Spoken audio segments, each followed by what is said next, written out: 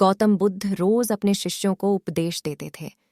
बुद्ध के प्रवचन सुनने शिष्यों के साथ ही अन्य लोग भी पहुंचते थे।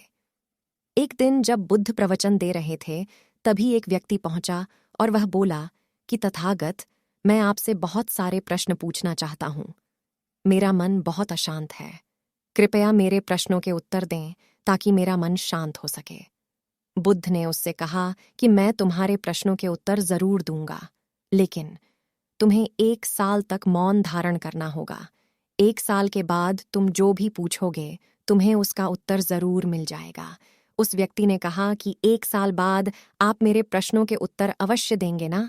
बुद्ध ने कहा कि मैं अपनी बात का पक्का हूं, तुम्हें सारे प्रश्नों के जवाब दूंगा, लेकिन 1 साल बाद। बुद्ध की बात मानकर उस व्यक्ति ने मौन व्रत धारण कर लिया। धीरे धीरे वह मौन की वजह से उसका मन एकाग्र होने लगा, वह ध्यान में उतरने लगा। मन भी शांत होने लगा।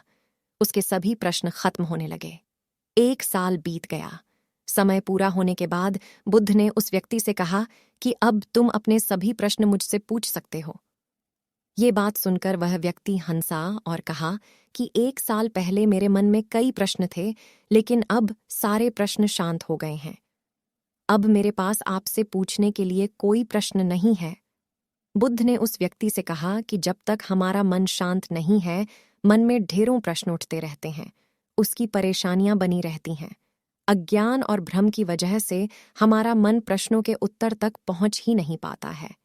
कुछ समय मौन धारण करके हम हालातों को समझेंगे तो सारे प्रश्नों के उत्तर स्वतः ही मिलने लगते हैं। मन शांत हो जाता है तो सभी प्रश्न भी खत्म हो जाते हैं। सारी चीजें हम आसानी से समझने लगते हैं और जीवन में सुख शांति मिल जाती है। अशांत मन में प्रश्नों की अधिकता रहती है। प्रश्नों की वजह से हम सही निर्णय नहीं ले पाते हैं। ऐसी स्थिति में कुछ मौन हो जाना चाहिए। मौन रहकर हालात समझेंगे तो मन को शांति मिल सकती है।